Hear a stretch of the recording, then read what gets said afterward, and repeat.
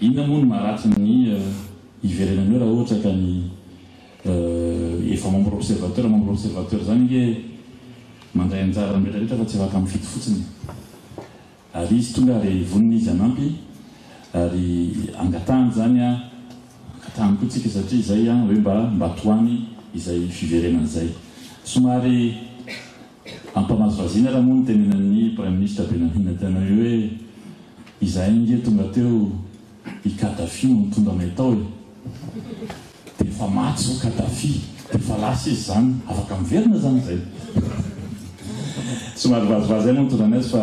fantatsika ny firenena israeliana fa matanjaka dia matanjaka amin'ny lafiny maro fambolena tena mahavarina ny fivoarana vitan'jareo tao anatin'ny 10 taona faran'izay tena mahavarina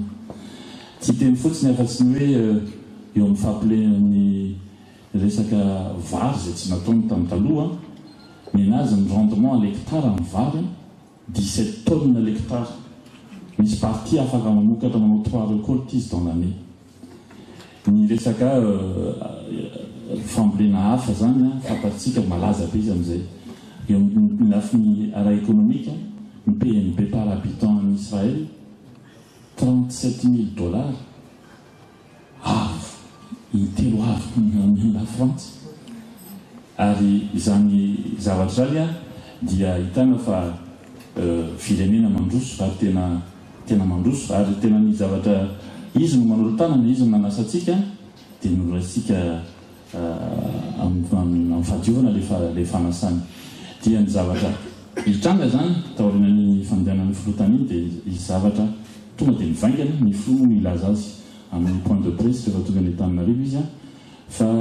azotsika ny zavatra azo tenenantsika fotsiny dia ho avy amin'ny fomba officialy any Madagascar délégation ministérielle miaraka amin'ny mpandrara israélienne ho avy tsy hoela zay moa zany no anina teo fa misy zavatra tonga dia concret ho an'ny vahoaka ho atao amin'ny fainana.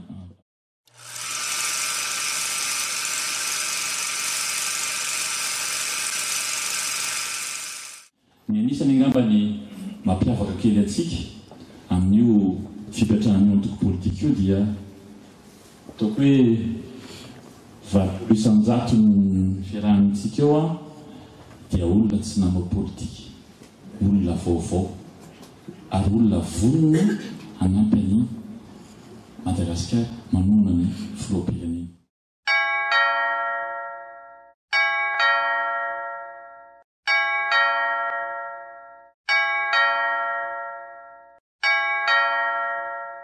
Tsy nahay politika ary teo vao ohatrany hoe nianatra zany ary angambany hoe mahasamy hafa antsika kely fotsiny vaovao angambany amin'ny lafiny politika efa vetivety dia miditra ihany le izy dia aritsika manana filoha maranitra ary tena mahay mitondra ary miorienté dia tena nety tsara le.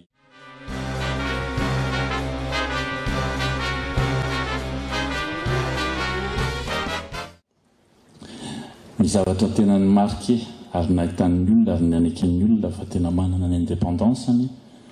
ny filoha Rajaonamampianina dia ny discours d'investiture teo Mahamasina. Teo izy no niteny ary nanamafy ny zavatra efa noeritreretiny sy nivoiziny nandritra ny fifidianana tamin'ny fomba tena mazava. Ny zavatra hitan'ny sasany tamin'iny moa dia hoe nisy plagiat hono hoe sakoazavaeto anisany nanampy azy nandrafitra n'iny kabariny. Dia rehefa tena vita le kabary, rehefa tena vita dia mba nisy namana hafa koa mba nijery